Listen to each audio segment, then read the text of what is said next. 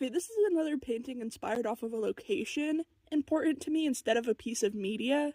That being the Children's Museum, which is, you guessed it, a museum geared towards children. Specifically, I'm talking about the one in Indianapolis, which is actually the largest in the country if I remember correctly. So there are actually a lot across America. I think even multiple in Indiana alone. I used to go a lot as a younger child, since my aunt actually worked there. I remember once getting to go as part of a school field trip, and I thought it was just the coolest thing ever that I got to tell everyone I knew someone working there. I remember my aunt actually made special time to come down and say hi while we ate lunch there. Only on field trips did I bring my own lunch. And since they were exciting and special occasions, I'd always be allowed to get a Lunchable, which were a treat back then, and kind of still are now. They offer the luxury of convenience, not price, since they're expensive for the small amount of food you get, which mostly just consists of crackers and cheese, or maybe a micro pizza. Although I actually enjoy some of Lunchable's new marketing, but that's only because I have a special soft spot for the jackalope as a mythical creature, and also love platypuses as real-life animals. And for some reason, they chose these very random two creatures as mascots. But I have an amount of love for mascots, especially of the animal variety. I think a reason that I've always loved them so much is because I can draw animals,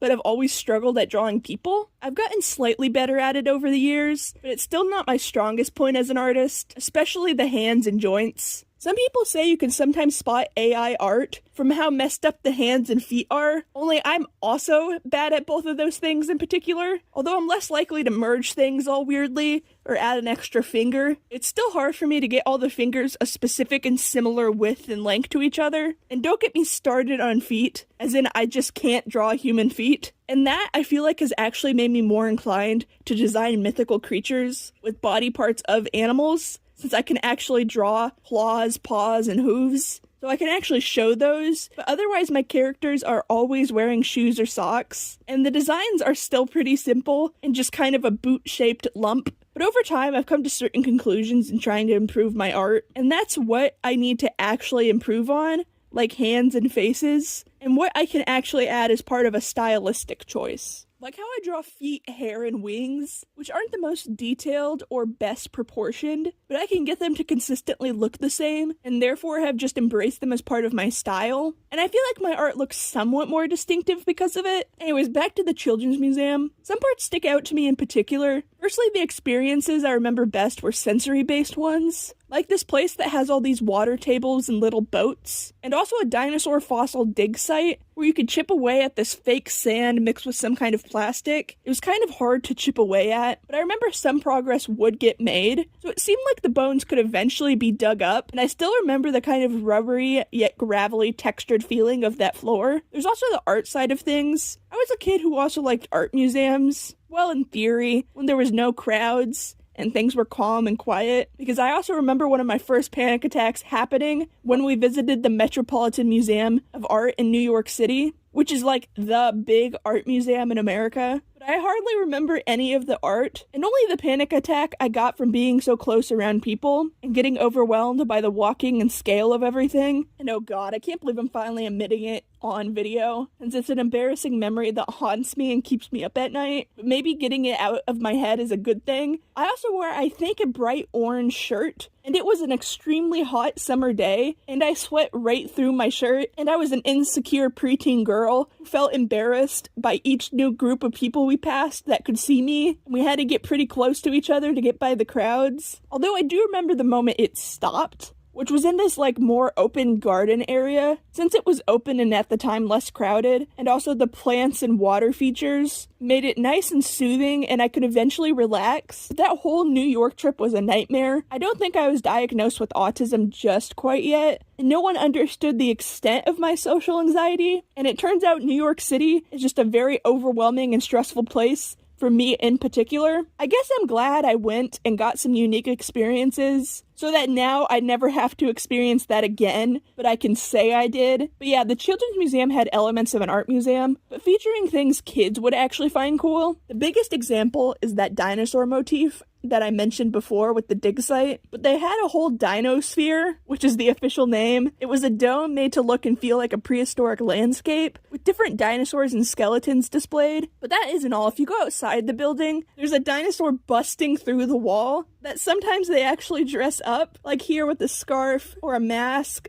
or basketball. There's also a few climbing from a different angle into the building, and they're literally sticking their heads inside the building, and you can actually see it from inside. And that's not the only major art installation. There's also this absolutely amazing and magical looking glass tower. As a kid, this thing was colorful and shiny and absolutely mesmerizing. There's a ramp connecting the different floors, and it wraps around the glass tower, so you can actually see it as you go throughout the different exhibits. Speaking of another art exhibit-like thing I liked, I remember it being pretty close to those ramps. It was this little miniature dollhouse world, and I am obsessed with the idea of making a dollhouse project someday, and that spark of obsession could have very well came from my love of this exhibit in particular. I like the idea of making a slightly bigger one and adding little needle-felted dolls. Since I swear I'm a slightly better artist than these videos have shown so far, I think painting is very much the lesser good of my known skills, but I also needle felt and wood burn, and I'm at least decent at sculpting. The reason I wouldn't say I'm good is because I understand I have a lot left to learn, and it would be at least a start to make sure my clay figurines stayed upright and have a 100% chance to not just fall over, since balance and proportions is definitely what I struggle with sculpting. But yeah, anyways, a lot of the inspirations and loves of mine were reflected, if not entirely started, by the Children's Museum in Indy. Since, like I said, our aunt worked there, we could get in for cheap, and we always used to go when we had the time. I don't remember the last time we went, although granted I'm no longer a child, so the Children's Museum may be a little bit behind me, but I'm all about trying to heal your inner child. So maybe as an adult I could go, just not alone because that's weird. But I'm at the point in my life where the people around me are having kids, so maybe I could just go with one of them. Although the other part of me says that sounds like a overwhelming and stressful situation, but I remember hearing about them actually having autism sensory friendly hours where there's less people, and I think they keep the music off and stuff. And knowing that, I would say they know their clientele well, since I remember reading somewhere that other autistic people like the Children's Museum as a kid because of the sensory type elements and the hands-on experiences offered there. So it's cool they actually cater to that. I also remember my aunt giving me some of whatever they were going to throw away from the different exhibits. As I've gotten older, I found more respect and have bonded more with that aunt, even more than some of my other cousins that are closer to my age. She has a similar quirk to mine about assigning too much emotions to inanimate objects. Like, she has told me about not wanting to buy just one thing in case the other one felt bad or something like that, and I relate a lot to that as someone who bought 2 of these ice cream duck keychains because I wanted to make sure the other one that I was buying had a friend. And so I think she has a similar philosophy to me about respecting items and trying to make the most out of them. It's why I won't throw away things I know I can use, like canvases I've messed up on as a kid, since I can still paint over them, and I feel like that way it honors the item's existence and the materials and or labor it took to make them. But yeah, I've gotten a few different cool things from the Children's Museum as they cycled through the different limited time exhibits. Anything neat they were going to toss, she would grab to see if anyone could use, and it was usually me who would say yes, knowing I could definitely make things out of the things given to me, even though a lot of the time it ended up with broken or missing parts. Hence why they were probably trying to get it replaced and thrown away in the first place. But I adore giving items like that a second life.